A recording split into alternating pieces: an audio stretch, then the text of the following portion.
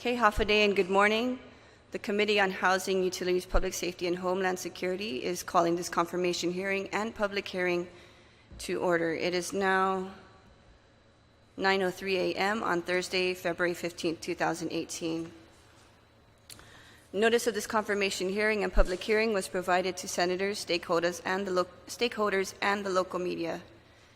A 5-day notice was provided on Wednesday, February 7, 2018, and a 48-hour notice was provided on Monday, February 12, 2018.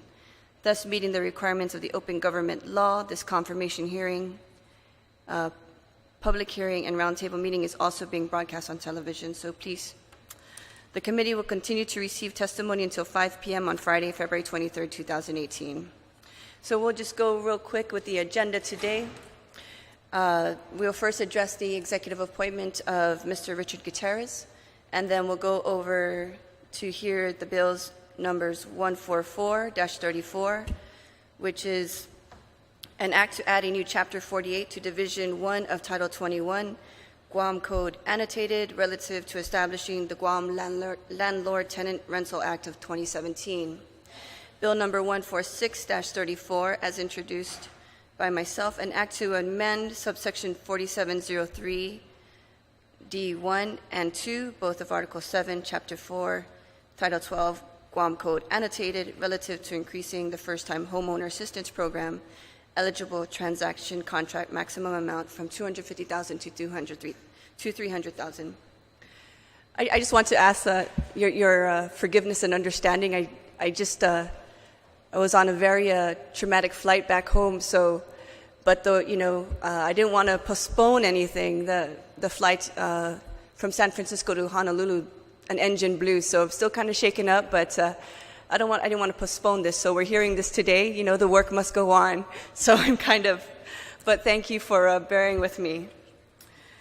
Bill number 147-34, an act to amend subsection 4103F and to add subsection 4103G, both of Article 1, Chapter 4, Title 12, Guam Code Annotated, relative to exempting Guam residents relocating to Guam for employment or to care for relatives due to medical reasons from the Guam Housing Corporation's first-time homeowners requirement, and allowing Guam residents to obtain financing with the Housing Corporation to build or construct affordable typhoon-resistant homes on land trust property. I'd like to thank the Vice Speaker for being here today. First, we'll call Mr. Gutierrez, if he could please come up to the panel and join us, and of course anyone else that would like to testify on behalf of Mr. Gutierrez's appointment. Wonderful. And can I get the roster real quick? And perhaps we'll go down the line, Mr. President Chris of GAR, please, and then we'll work our way this way. You can state your name and perhaps your position, and then we'll work our way and we'll have Mr. Gutierrez give testimony last. Thank you. Sure. Just go ahead and turn on your mic. There you go. Gotta push the button. I'm Christopher Felix. I'm the president of Century 21 Realty Management. I'm also the president of the Guam Association of Realtors. I've known Richard for many, many years. He's done not high enough appraisals for me during that time. But Richard is a good friend. He's so well knowledgeable in the field, and I can't think of anyone better for the position in the commission. So I just highly recommend him. I could go on and on about Richard and my friendship and his abilities, but I don't think I need to say more. Everyone knows him, and he is one of the best. Thank you.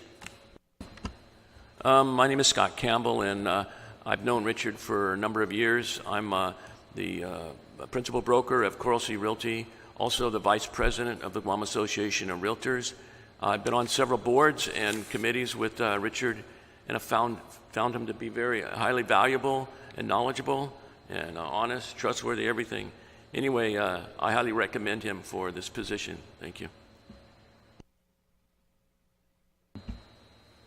Hapaday, good morning, Senators. Appreciate the opportunity to come to you today in support of the nomination of Richard Gutierrez. I, too, have known Richard for more than 15 years on a personal and professional basis, and find him to be extremely knowledgeable and forthright in everything he does, and in his support of the community.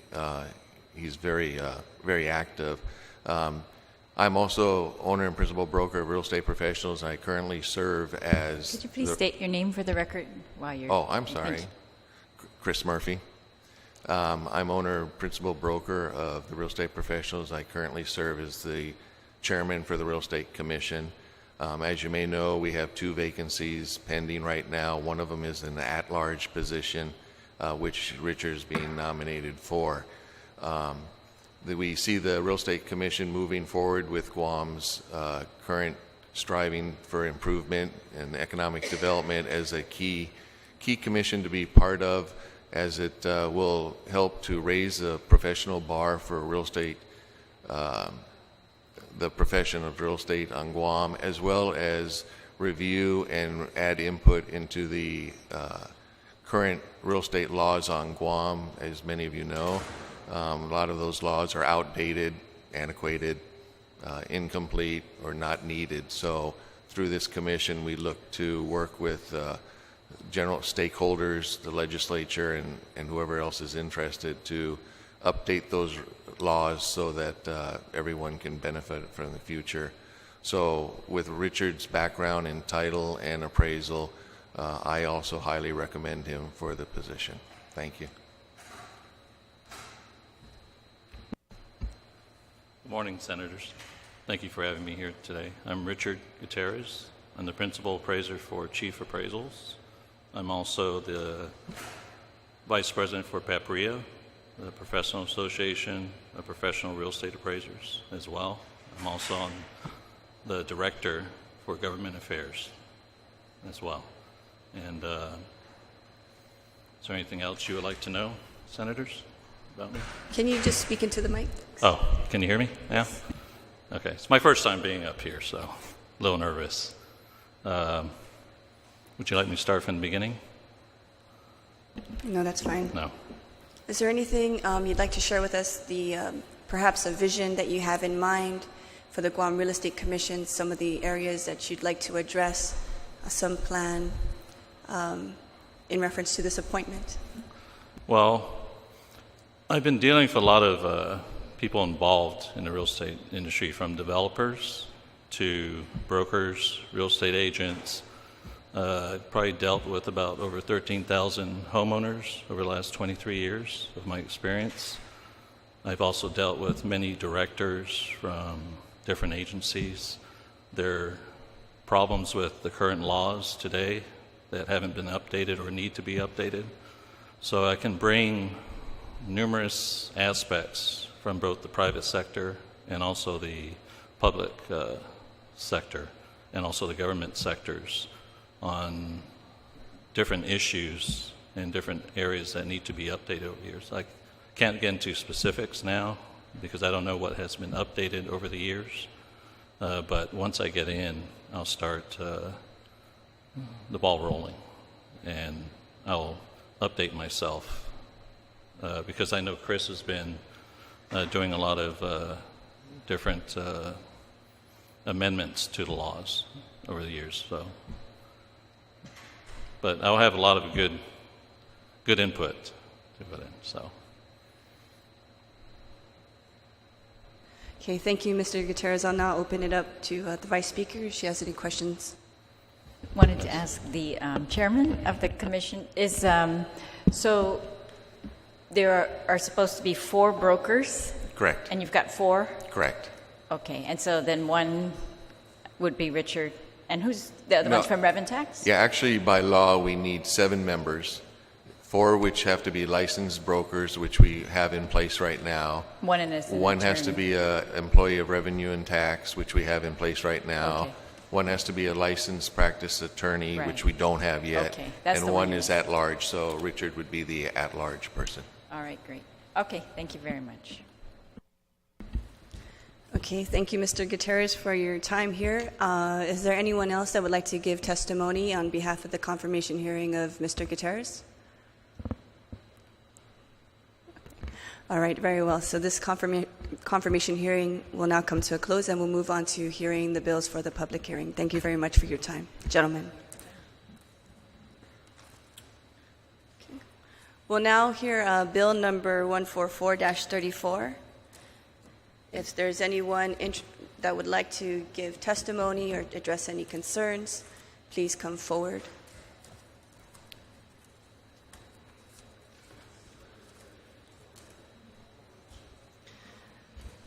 Just to give you a little bit of a backstory or history on this bill, we submitted this bill towards the mid of last year, and we held a roundtable hearing concerning all these bills that we're hearing today. And we have a committee report addressing this roundtable hearing. And so we have to hear this bill first, and then we'll make the substitutions from what we have from the public hearing and also the roundtable hearing. And of course, if need be, if some of the changes we make is not germane to this bill, we'll hold another public hearing. But it'll determine on how many amendments that we make in the current bill to justify that. And of course, the committee that I chair, the members in the committee will also decide on that matter.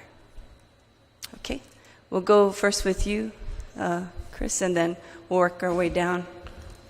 Thank you, Senator and Vice Speaker. Once again, I'm Chris Felix. I'm speaking on behalf of the Guam Association of Realtors, of which I'm this year's president. I don't want to rehash this. We've met privately. We've discussed it at the round table. I have resubmitted the letter we gave last year with our comments, our suggestions. We would like a Landlord-Tenant Act that is fair and reasonable to both parties. And it's our hope that you'll look at our recommended changes and hopefully hear them. And then we can speak later after you amend and adjust the bill accordingly. And I thank you for your time. Thank you, Mr. Felix. Thank you, Madam Chairman. My name once again is Chris Murphy. I'm representing the Guam Real Estate Commission. I too was in that initial meeting, and the information that was provided in the letter from Mr. Felix included input from our side. So I also am in support of a well-defined and fair landlord-tenant code, and I too would like to see the bill after the fact so that we can make the appropriate comments or adjustments at that time. Thank you. Thank you. And just for the record, Mr. Murphy, there were some concerns on behalf of the Guam Real Estate Commission that you did address, and at that roundtable hearing, we did agree that we would hold the bill before we heard in public hearing to get additional feedback from you. So they weren't specifically addressed, but you said that you did have some concerns about certain areas and that you would submit your concerns via writing. So if there's anything else that you'd like to add, please just submit that piece. Yes, we will. Thank you. Okay, thank you, sir. Maria Miller, immediate past president of GAR. And so basically I'm here, this was my letter from last year. So I'm with these gentlemen. We don't want to really rehash everything. You know, we're here to work with you and the commission, whatever, you know, is best for our business. You know, I manage hundreds of properties, so I know that this is really needed. Thank you very much. Vice Speaker, do you have any questions? Just very quickly, I haven't reviewed your letter, I think, Mr. Felix. Is it consistent with what the earlier GAR letter had said? I'm sorry, Senator. Yes, that is the letter. Okay. We're just staying with the same right. letter that was written by Maria, Okay, and I great. just resubmitted it. Okay. So All right. it's identical. Okay, it's thank the you. same letter. All right, Thank you. I've read that one. Thank you very much.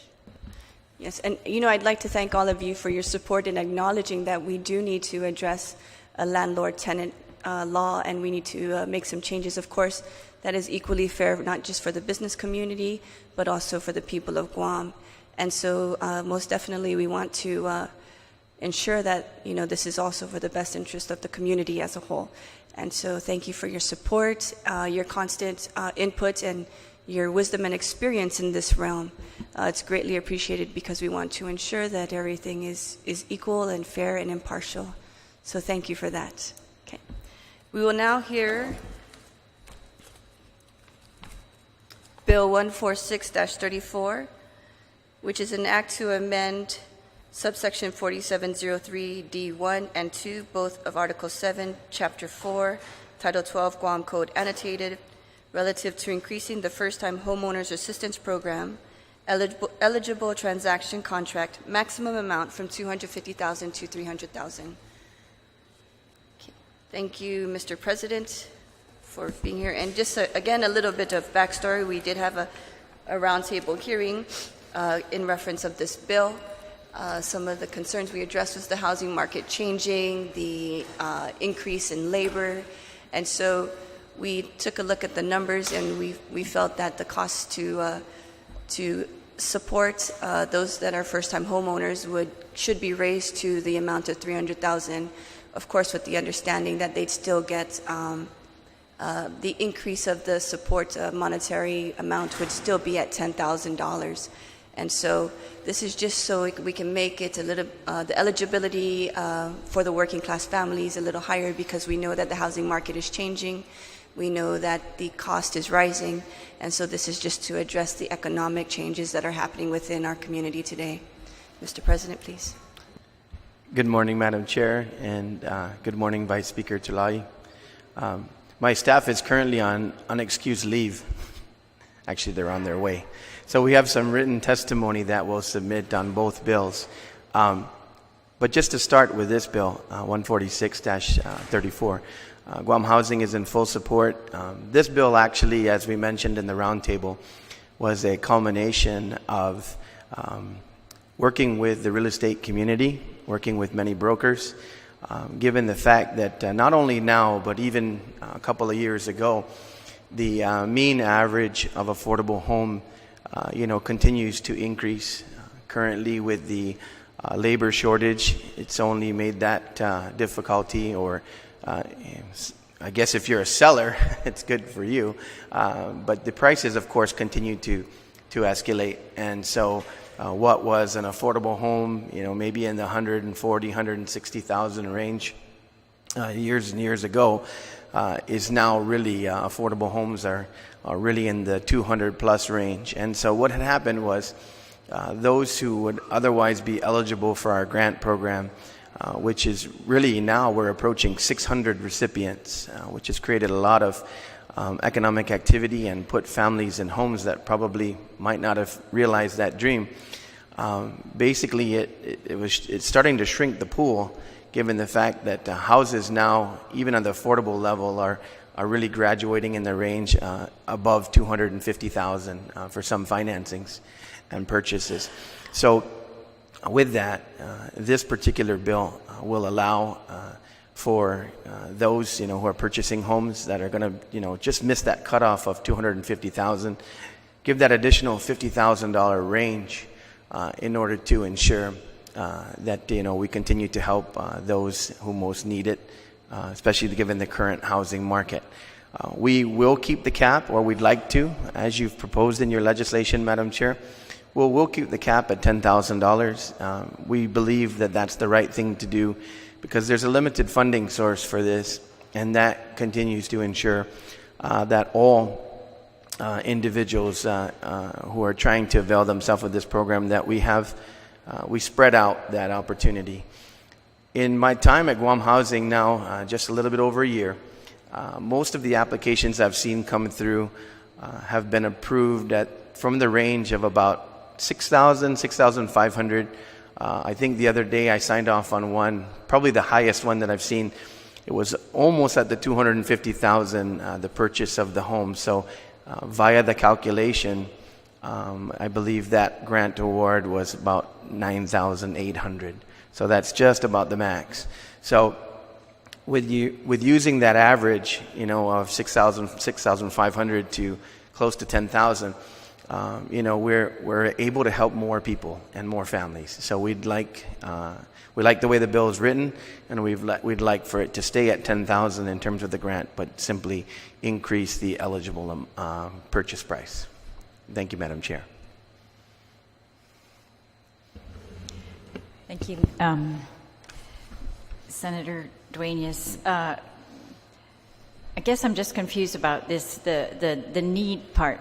Okay. Right? So, because I'm reading an article from January 2017, 1 year ago, where Siska Hatupea says that the median price of a standalone house for that year was $245,000, which had gone up, of course. But it's still below the $250,000 that Right. we're talking about. So Right. I don't know. Do we need to go up to 300,000? Maybe we can serve more people with 300,000, but we could serve more of the more needy people, perhaps, by keeping it lower. I don't know. Could you talk a little bit about that? I guess I have two basic answers to that. One is maybe there's still some real estate professionals in the room, but I think there's no question, particularly in this last year, with the labor issues and construction. I know a number of contractors that I've done work with before, contractors who have come to us at Guam Housing who are qualified under our programs to build affordable homes. And the inventory right now, and probably for the foreseeable couple of years, is going to be such that even those that are trying to get into most homes in the range of 200,000 right now are fixer-uppers, really, and that's basic. That's mostly true, and so the bottom line is that this grant opportunity really softens the blow of folks who are purchasing homes that are going to need to make investments for improvements, for purchasing of additional things that are going to be required. A lot of homes, won't come with a washing machine, dryer, refrigerator, stove. So that's what we've seen. That's the anecdotal data. Other than, if you look at that mean that's discussed there, it's right at the number. So that's the mean. So meaning that really in the housing market right now, it really is considerably above that for even just an average home. And so that market, I think maybe my latter answer is more what you're looking for. If you look at our pipeline right now, and we're getting our distributions, we mentioned this in the most recent committee of the whole meeting that we had. If you look at our pipeline right now and our distribution from Department of Administration, we're really meeting the requirements. So no one's really being left behind at this point that we've seen, whereby if this increase happened, the potentiality is that we're going to leave people who are possibly most needy out. And so that's just not what we're seeing right now. I can see what you're saying, the potentiality for it. As you know, we're also chugging forward to try to find a dedicated funding source. I guess that's the key words these days. But we're looking at a funding source that's going to really bolster this program and others at Guam Housing. So I think what you're asking primarily is a supply and demand issue. Right now, it's equal, and so I don't think this increase would leave folks behind. I think if we found that, maybe we'd have to revisit it. But right now, we think that we might be leaving people behind that are going to be just over that 250 to 275 because of the market, and it might mean the difference as to whether they can close or not close on a home. Keep in mind, Guam Housing, I don't have the hard data, but just at least of what I've seen, we're probably about 15% of this market. So the majority of these homes are closing in the private, with the private financial institutions. This is not a Guam Housing centric offering. That's why the realtors really have if there's any program that we administer that they really admire us for, other than trying to increase revenues, this is one thing that they really have a great admiration for Guam Housing for. So I know you're very familiar with the formation of this program, so I know it's a long answer, but right now we don't see that we're leaving anybody behind, so we think it's the right thing to do. So going over the median price of a house would allow you to qualify more people, and but yeah, but you're saying it wouldn't, that you have enough available, I guess, that it wouldn't leave those who were most needy behind. That's your assessment of this? That's my assessment, and that's been the that's been the professionals' assessment too. No secrets here. This actually came from a number of meetings that our staff has attended over the years now, I would say, since this program's been very successful over the last 5 years. Of course, its initial implementation was in 1998, and there was a pause. And so really, in meetings that I've been in for the last year that I've been at Guam Housing, and my staff has briefed me when I came in, even in prior presentations that they've done at opportunities to meet with GAR and other real estate professionals. Sometimes just real estate companies will ask Guam Housing to come in and when they have turnover in their staff, to give a briefing on Guam Housing's program. So this has been a constant request from the real estate professionals, and so it really is an answer to a request from the industry experts. Okay, thank you. If there's anything that your agency has developed in writing that would back that up, if you could send that to us, I'd be appreciative. We'd love to. But otherwise, I appreciate your testimony. Sure, thank you, Vice Speaker.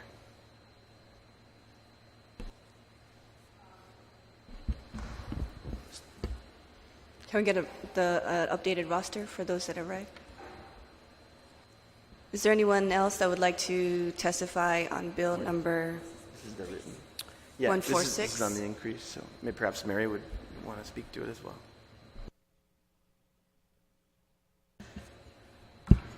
Good morning. My name is Mary Guerrero. I'm the loan administrator at Guam Housing Corporation. Relative to that bill, in terms of increasing the total cost and the purchase price up to $300,000, we recently went into HUD's website, and we follow HUD's loan limits for our loan limits. It has, as of December 2017, increased to 290-some thousand. So that would support that if the loan limits are increasing, and every year we go in there to determine, because we have to increase our loan limits as well. So I made a copy, and I would, submit it, of those loan limits. So it's really closing into the 300,000. So, with that being set, I think it supports that increase. Thank you. Thank you, Ms. Guerrero. Is there anyone else? No? Okay, Vice Speaker, do you have any more questions? Okay.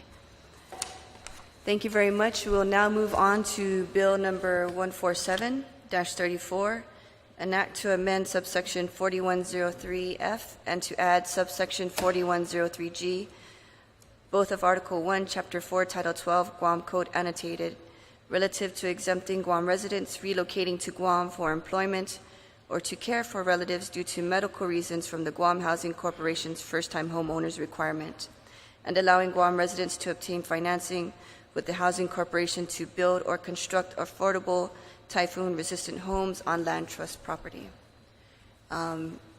Please state your name and of course, whether you support this bill or not. Good morning once again, Madam Chair and Vice Speaker Tulahi. I will, at this time, read our prepared testimony from myself and also our chairman, Mr. Frank Florig, in terms of Guam's Housing Corporation's full support of this initiative. Buenas and Hafa Day, Senator Telena Cruz Nelson and Madam Vice Speaker Tulahi. I would like to extend my thanks and express my appreciation to your office and the Committee on Housing of the 34th Guam Legislature on this public hearing discussion for Bill 147-34. I'm writing to provide you and your distinguished Committee on Housing my support of Bill 147-34. As you may know, Guam Housing Corporation is an autonomous agency providing the people of Guam with various programs to realize the Guamanian dream of home ownership. As a lender of last resort, we are aware of the many challenges and potential homeowners may face in purchasing or building a home of their dreams. Additionally, as the sole local lender for Chamorro Land Trust Commission CLTC properties, many recipients of these lease properties face limited resource or financing options to qualify for a mortgage loan. GHC continues to strive to assist the many indigenous recipients, as you will, but are also aware of the policies and provisions that may hinder a potential creditworthy, income-qualified recipient. The passage of Bill 147-34 will amend several provisions in our lending policy to first-time homeowners programs that restricts a returning resident who was a previous off-island homeowner and have relocated to Guam to own a new home to a former homeowner who provides a gift of property to his children and wishes to build a new home on his CLTC property, and also allowing families who acquired or inherited CLTC property to build or purchase their first home. The reasons are many, and the desires of being a homeowner become an exercise of frustration and futility, resulting in broken dreams. Amending these provisions will provide many of the 8,000 CLTC recipients with an additional chance and the renewed hope, in becoming future homeowners of Guam. In closing, I would like to extend our thanks for you and your housing committee's continued support in providing the people of Guam with affordable housing and fulfilling the dream of homeownership. Undang Kaluna Sizus Masi. Christopher Duenas, President, Guam Housing Corporation. Okay. We have a joint testimony that expands, but I will just leave that to the written, and we remain open for questions at this point.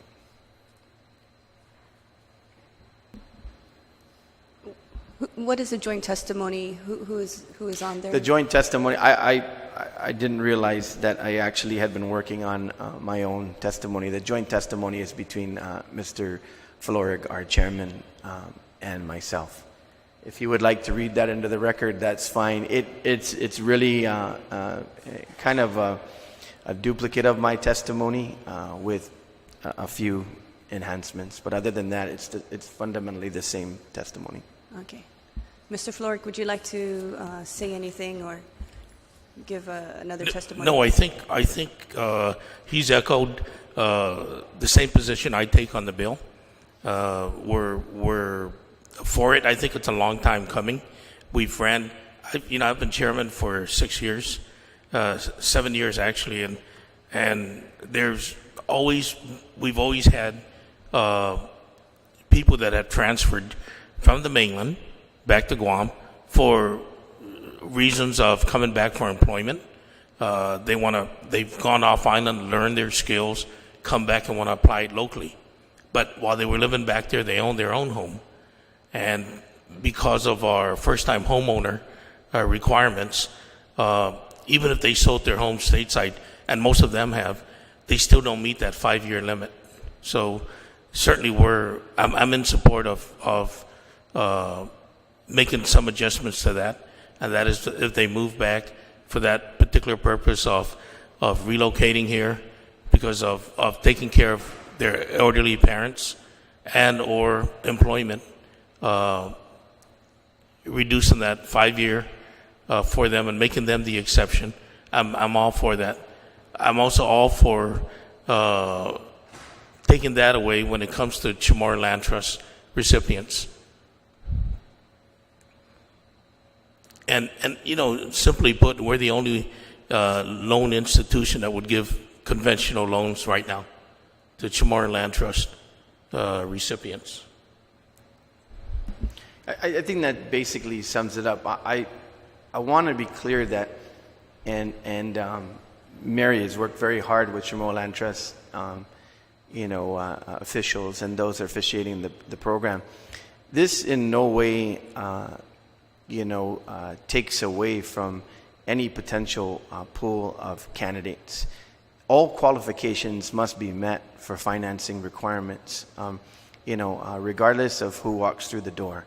What this basically does is takes away a barrier for a growing community who has received Chamorro Land Trust properties because of the delay in distribution, because of the delay in infrastructure.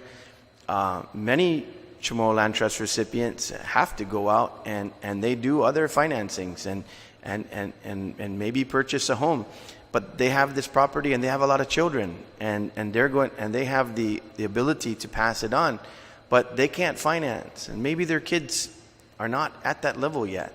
And so they're trying to realize the whole intention and the dream of trying to help our people and those in most need realize a proper standard of living.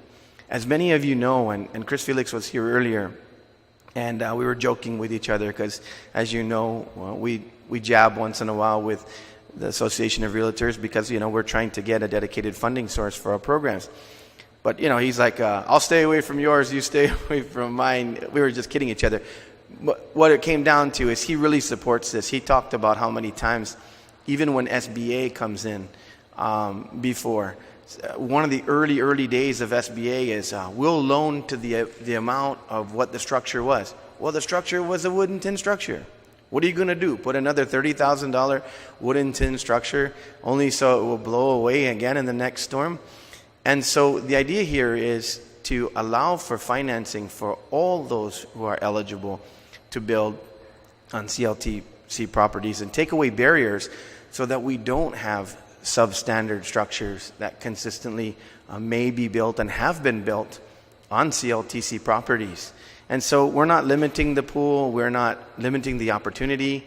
As a matter of fact, we believe this is a very forward-thinking bill, knowing that, given the real estate prices on Guam, given our families and the needs of our families, that this bill really anticipates financing opportunities to build proper structures on CLTC properties going forward. That's really the crux of what this bill does. Of course, the first originator from this program was folks who come in to see us that say, we're not well-to-do, we lived in the States, we had a home there, we sold it, mom and dad aren't doing well, we came back home. We just miss the financing at, insert financial institution, conventional Guam here, Bank of Guam, Bank Pacific, we can go on and on, right? We missed it by 2 points, but we could get financing from Guam Housing to buy or build. Mom gave us property while we're here taking care of them, but we don't meet the requirement because the 5-year prohibition, given the fact that we owned a house in Spokane or Seattle or Texas. And so, of course, that's the group of folks who have come to us before and said, we would like that opportunity, just like any other Chamorro, Guamanian, those who are eligible. So we think it's wrong to deny that opportunity, and then once again, like I said, for the delays that exist with our Chamorro Land Trust leases and licenses, the fact of the matter is that, a lot of folks have to move on, but they're still eligible for that property, and what are they going to do? We are the only one besides veterans that will do conventional type financing. So unless a family has $100,000 or $200,000 in cash to go build a home, they're going to build what they can build. And a lot of times that might mean a container, that might mean wooden tin, and until they can build up enough cash reserves to build something substantial. I guess in closing on this, we just now been approached by a qualified builder for Guam Housing. This is going to be exciting, guys, really. They have on the table and they're awaiting their final letter of insurance from 2 insurance companies for a steel building construction model out of Korea. It's very well anodized steel that could withstand our long-term issues of weather and the like, and also the ratings for wind up to 180 mile per hour and all the other insurance requirements that these two insurance companies will insure this structure. At this time, this builder says he can build a one-bedroom with a kitchen completely outfitted, of course, one-bedroom home for $50,000. And he has the model that expands out to 2 bedrooms at $75,000, 3 bedrooms at $100,000, and 4 bedrooms at $200,000. I mean, excuse me, up to $125,000. Or I'm being informed now it's even below that. And so imagine that. I mean, that's the type of structure that a family that's struggling, that doesn't have a lot, that might start by building from the very, very smallest and expanding as they go. But $50,000, guys, that's a car nowadays. That's a pickup truck. And so imagine that type of amortization over 15, 20 years. I mean, we could put somebody in a proper structure in a Chamorro Land Trust property for probably $400 a month. That's real. So that's why we believe that this is a very forward-thinking bill, and we thank you, Madam Chair, and your colleagues. It's a very forward-thinking bill, and it's in preparation for opportunities that are going to grow on our island, for those who are most needy. Thank you, Mr. President. I'd like to acknowledge Secretary Regine Lee for accompanying us today for this public hearing. Thank you for being here.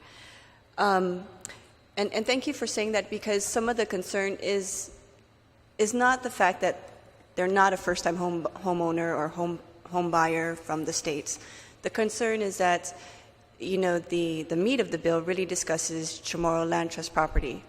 And so one of the concerns by Mr. Borja, who is the director of Department of Land Management, said that we should include it to say Chamorro Land Trust property and not just land trust property. And so some of the concerns is perhaps the monopoly might swing the other way, and the best interest might not help the people of Guam that want to build single-dwelling homes, but help developers. And so it will no longer be affordable housing. The cost would go up. And so that was some of the concerns. And so if you perhaps speak on that concern, and to perhaps reassure us that this is definitely not intended for a monopolizing development or developer, but specifically for single-dwelling families that are looking to build on this property that they've been given by the government or perhaps inherited by their next of kin. Madam Chair, I really appreciate that concern. And as a matter of fact, as a team, when we sat down and we talked about maybe one or two of your colleagues that have approached us on that issue, and we're very sensitive to that, and we understand, that concern. The statutory construction of this bill simply opens it up to financing for individuals. There's nothing in this that says a subdivision must be built, you must have power and water stub outs, you must have this. It's not written like a bill could be written to favor developers. If you're going to favor developers here, you would say financing for Guam housing will only be on a 100 by 100 lot with sewer available, with stub outs for telephone, power, water, to say this, covenants must be in place that you can only plant 4 coconut trees. I know I'm being a little funny, but the fact of the matter is that type of statutory construction would lend itself to, say that this is favoring developers and this is getting away from the true intent of the trust. No, this is just saying that the barrier right now to even the most basic type of construction desired by a family trying to build their little piece of their dream that they could be in to survive a typhoon, an earthquake, and sleep at night, they have financing capability for that. And that's really all it is. And it also is, of course, the person who just got that lease, fresh in their hand, they've got their finance ducks in a row and run to us and go, hey, Guam Housing, we want to apply, we put it in, our team does the application, good to go, this looks good, do we have the money? Yeah, close it. That guy's fine. what we're dealing with here now is generations. The Chamorro Land Trust has been in existence now for, what, Vice Speaker, 30 years? 30, 34 years? And we still have, we can count how many structures are constructed that are like your and I house, your house and my house. We know already if we go in there. One of the biggest things I had to deal with when I came into land management was people screaming at us that you go to their land trust property and they just paid $2,000 for a survey, and they're going through and their road has to take a 90-degree turn and then, a 75-degree turn the other way to go around, monuments and different things or whatever was on the plan. We had to go through and scrub that and actually start over in terms of in our survey division to clean all that stuff up. We have houses that are built on some land trust properties that we had to grandfather or move the lines because the person built a nice structure, a $200,000 beautiful 3-bedroom, 2-bath home, and their roof is on the property line. And so, they've got a huge investment here. They've got something that, could be marketed through handing down, this very nice structure to their next child, and there could be a certain amount of equity in there. They put out their hard-earned money, but their roof line is encroaching another lot. So these are the things that I'm saying that, the issue of having to sort through and get to helping the people that we all want to help and wanted to help when we first put this trust together is really, taking time. And so there is a whole new generation now of young people, Frank and others. We meet these. We're all going to be. I'm going to be a grandparent soon, I think. But we're meeting people now at Denny's and King's and everywhere else that are coming up to us saying, my kids, they're trying to build, and I want to give them my CLTC property, but I need to finance it because they're just not there yet. They have 2 kids of their own and everything else, and where do I get the cash to go build them at least Masaya 1-bedroom? I can't qualify because I already have another mortgage, but I want to build that house for my kids and then pass it down to them. That's what this bill does. Thank you, Mr. President. I'll open it up for my colleagues if they have any questions. Vice Speaker? Thank you. I noticed Clyde, I was reading the report from the roundtable, and he was here the last time, but he's not here today. But could you just tell us again and be very clear why you are not able to, why do you need the language in this new subsection G? Why are you not able to do this for those who are on Chamorro Land Trust properties right now? I think I'll defer to our subject matter experts because they seem to answer this question a little better than I do. Thank you.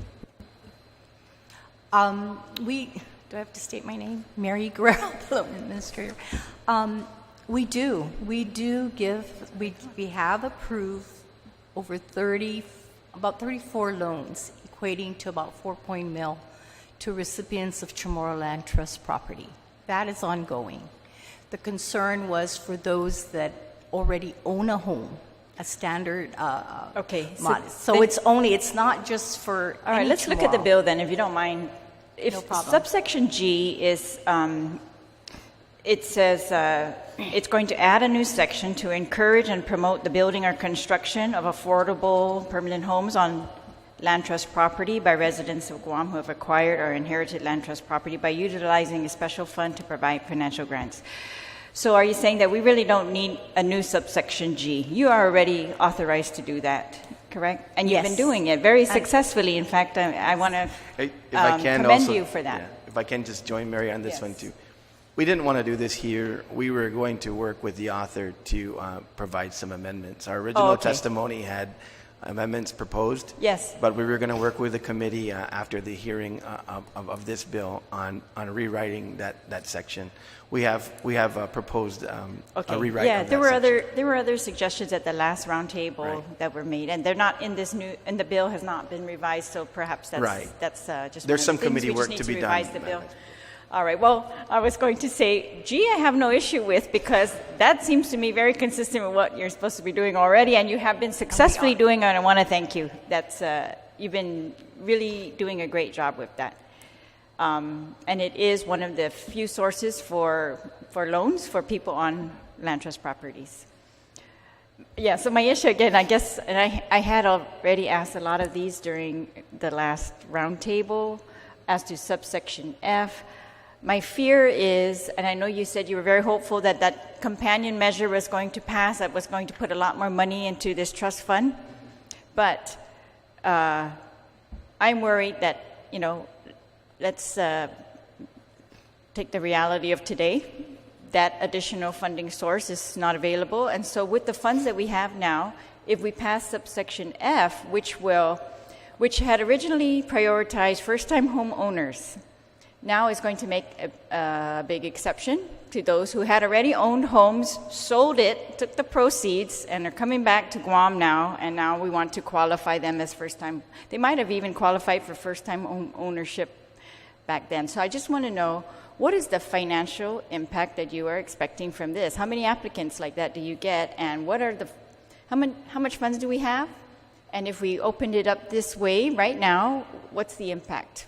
Because that's really the question, because we have, I am sure, still a huge demand for people who want to be first-time owners on Guam, and I'm just very concerned about that we need to take care of them, and if we have a very limited funding source, it's a matter of setting priorities. So I guess that's what I want to know, right? And you keep talking about land trusts in relation to this, but it's really not, right? Because subsection F relates to any property anywhere, and it's to make this exemption where you had. I guess let me rephrase my question.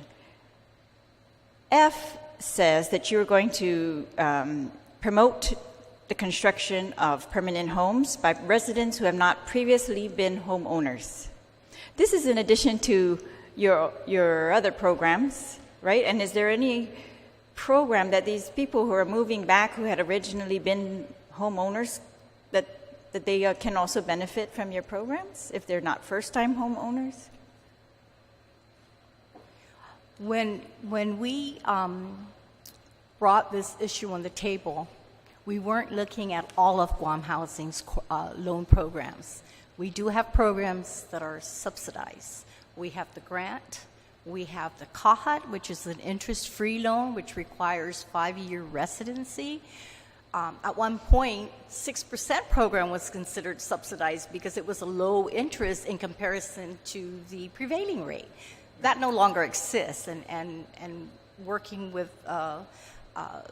Senator Ben Pangilinan, we changed that so that we can kind of follow suit with dropping some of our rates.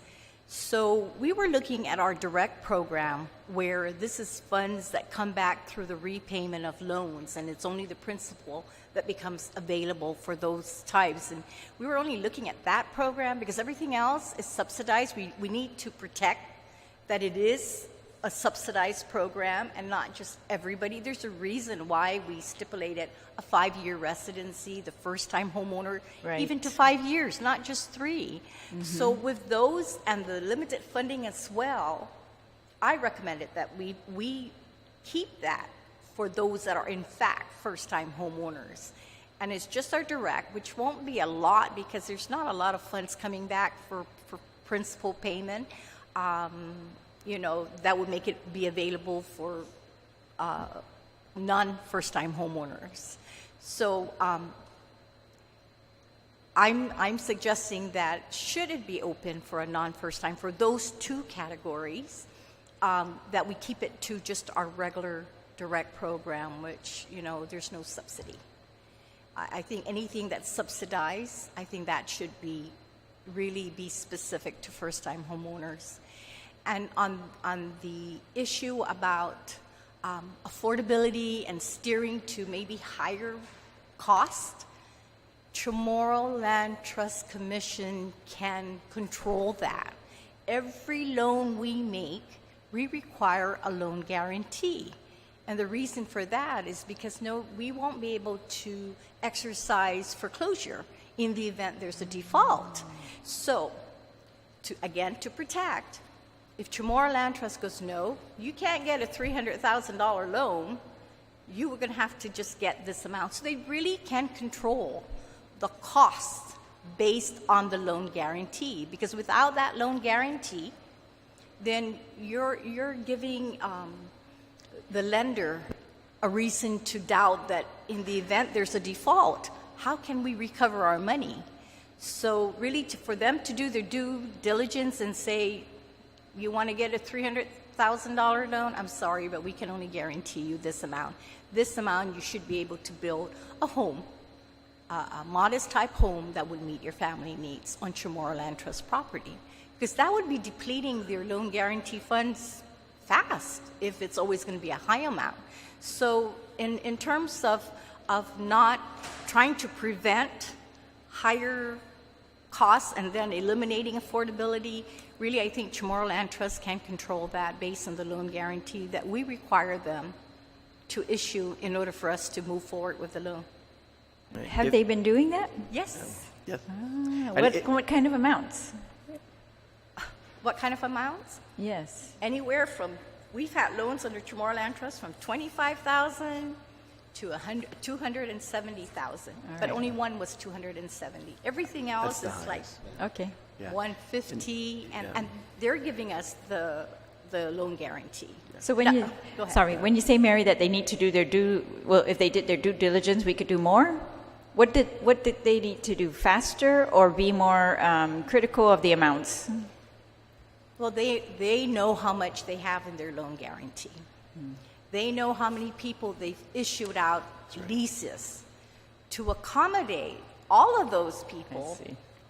with considering what may be the potential default rate. Yes. Then you do the math. That's Okay, with what I have, then I can only guarantee 50 recipients. Right. So you're going to be basing it on an average loan amount to accommodate the 50.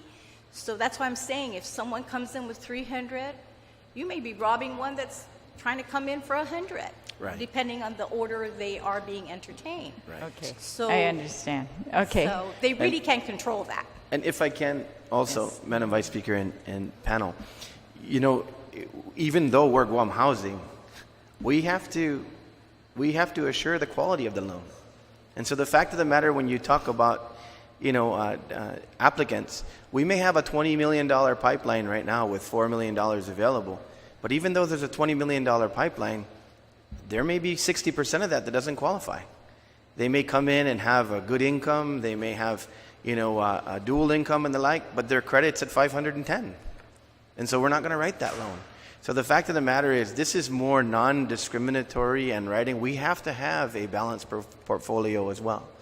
So when we talk about are we setting ourselves up for failure here or will we dilute our pool, we write loans as close to conventional as possible to balance our risk. And that's why we're in reasonably good shape right now in terms of our financing and everything else. And our folks are really strict. We're heartbroken sometimes when we have to. I have to check that box disapproved, and I don't like doing it. But the fact of the matter is hopefully in a year, 2 years, we're going to see that same family back, and they've repaired their credit worthiness and the like, and that's there. This is more about being non-discriminatory towards those who also would move back. And yeah, maybe they sold their home, but maybe their proceed was only $20,000 because they hadn't built up a lot of equity. So they came back here and they're resetting. They probably got a new job. One of the spouses has a new job. They want a home too. And so, man, go into Guam Housing, see what we can do in terms of what we got, because we just missed the other bank by 2 points. Let's see what Guam Housing can do. They may be a great loan. They may have good equity. And that's going back to, yes, Madam Vice Speaker, we're not just talking Chamorro Land Trust centric here, but definitely we know that this bill for that program, given the dual track this bill is taking, is something that is forward thinking. But it really is written for all of our to amend our current financing capability. Right. Can I ask then, what is the potential impact of this? How many people how do you know how many people there are that need this? What is the need? Not a lot, because I've spoken to Chamorro Land Trust. Anybody that has been given Chamorro Land Trust lease, The priority one are those that are first time. They have no land, they don't have a house. Priority two are those that already possess, they have ownership of a home. And that they haven't given anybody. But for the few, and I'm thinking less than a handful, they've already received their Chamorro Land Trust, and somewhere before they built, they inherited property. So it's not a lot. It's just that the inquiry was made. It's something that only this body can change.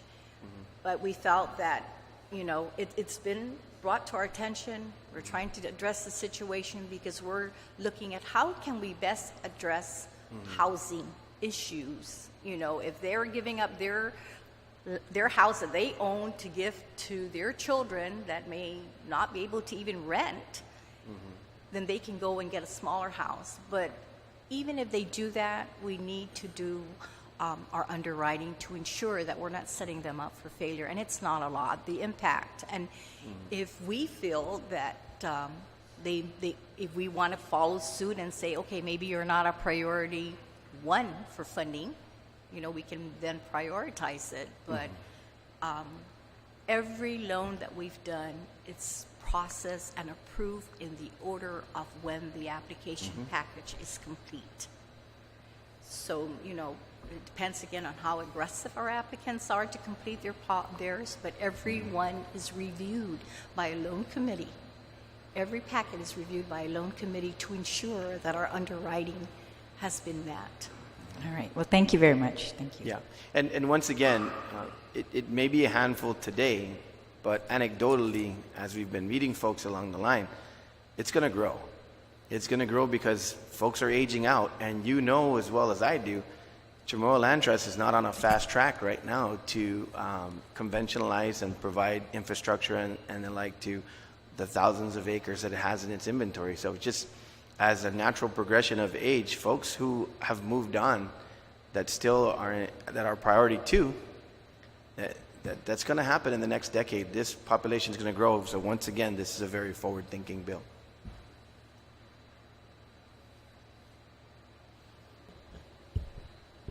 Thank you, Madam Chair, and thank you all for being here to provide testimony for these bills. I also had a similar question to the Vice Speaker about the current needs, so thank you for responding to that. And during that response, Mary, you were mentioning the priority order. Could you speak a little bit to that and kind of give us a little bit more insight on I guess, what kind of groups or what kind of individual would have like the top priority as opposed to some of these other people who are eligible? The only thing we have right now, we do have, like, in terms of a servicing aspect. If one of our loans are in need of a refinancing, then we would give that a priority to refinance. But there's not much for payout there. It's just redoing the loan, provided they meet all the underwriting. The first priority is for those that are first time and meet our mandate as written. Their first time, they show repayment and all that good stuff. The second priority are those that are requesting financial assistance for home improvement. Now, if the home improvement is because it's needed because their family has grown and they went from a 2-bedroom now requiring a 3. If there's no other that is waiting for funding, and then we can go ahead and have them entertain. We can go ahead and entertain them because the need is in fact there. They've displayed that. But if they just want to add another room, but there isn't a need. That's not something that Guam Housing would entertain, and we even look at a higher interest rate for that. So those are the two types of priority, one being a first time, the second, it's always a first time for now, but the second one being that it's for a home improvement. And there's a loan committee that would determine this need? Yes, in-house, we... and who is that made up of? Okay, we have myself as the chair, and then I have our quality assurance officer, I have my loan underwriter, and we also have our accounting manager. You've got people that are knowledgeable with different aspects that can bring to the table. Have you ever had any appeals for, like, if, let's say you have to disapprove somebody, can they come back and ask you to revisit it if... I think during the process, it has been explained over and over what they would need for Guam Housing to really reconsider their decision. And at that point, because we explained that, you know, we can't give you an exception. I mean, there are times that if it's a board policy, I would defer to the board, but still the committee would provide their recommendation with the president's approval for me to take it to the board. But I can't recall where one would come in and just, you know, unless they bring in new information for us to reconsider, then yes. But believe me, during the process, we're already explaining to them that this may be an issue with one of the committee that, you know, we're not going to go ahead and finance. And if you don't have the funds and you can't afford extra money to do the repairs, we're not going to allow that financing because we don't want to purchase non-standard or, you know, non-conforming. So those are issues. It's not only repayment, but the collateral as well. Are you just trying to meet your needs and moving into a house that is substandard and doesn't meet? That's not our mission. So if you don't have the resources to repair, and you can't get you can't increase your loan qualification, then I'm sorry, at that point you either have to go look for another property or, you know, show us that you do have the resources. So there are different aspects that we may be, and that won't even, we just give them time to bring in new information to address any of the committee's concern. Yeah, and that's something that I think Senator Duenas was referring to, that, you know, maybe we might deny them today, but in about a year or so, things might change. They might have better employment records and, you know, a history of repayment for other loans that might, you know, help to improve their credit.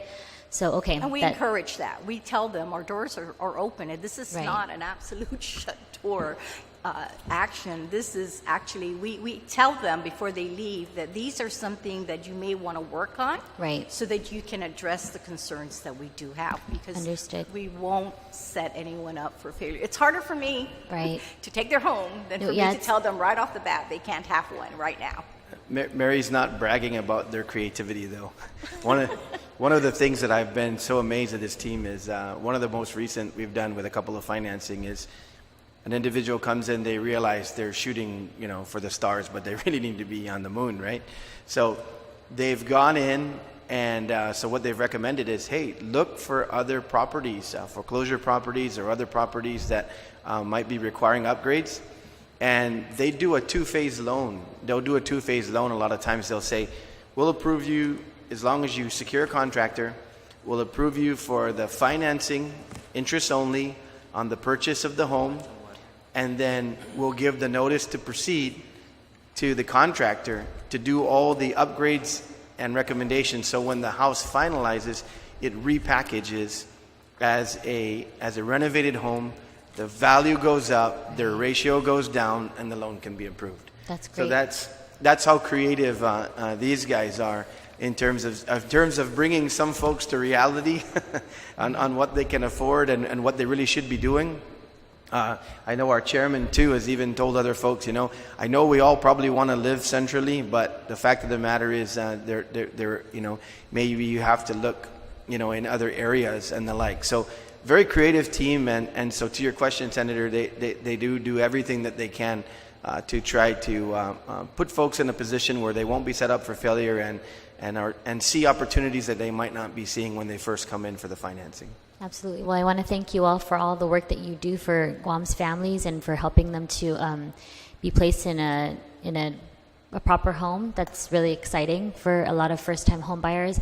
And I also am looking forward to seeing some of the amendments or proposed amendments as it works through the committee process. And I guess I'll reserve my comments at a later time till I see those details. Thank you so much. Just Masi, Madam Chair. Thank you, Senator Lee. I'd like to thank all of you for coming out today. Just a few, I guess, a little back brief of what we're going to do is we're going to take the comments from the roundtable hearing that we had. We'll make some amendments within the committee, and of course the committee is all privy to that. And then also, Mr. President, you said that you're going to have additional concerns addressed specifically for Bill number 147. And so we'll take that, what you recommend, and perhaps what Guam Housing Corporation's team recommends, and we'll make adjustments from there. And if anything that is added and legal determines whether it's germane or not germane to the bill, and we made some serious changes, then we might just have a public hearing, of course, with the agreement of the committee that stands under the Committee of Housing, Utilities, and Public Safety, Homeland Security. Okay, so we had to have the public hearing first. We couldn't make those changes from the roundtable hearing into this amended bill because our standing rules is stated as such. So it was a need to have the public hearing. We're going to make the amendments from the roundtable hearing and also the concerns that were raised here today. And of course, we will do one more process with all the stakeholders involved and the committee to ensure that the bill is right-sized and really addresses the concerns of the community. Okay, so thank you very much for coming today. I'd like to thank Vice Speaker and Secretary Regine Lee for being here today. It is now 10:14 a.m.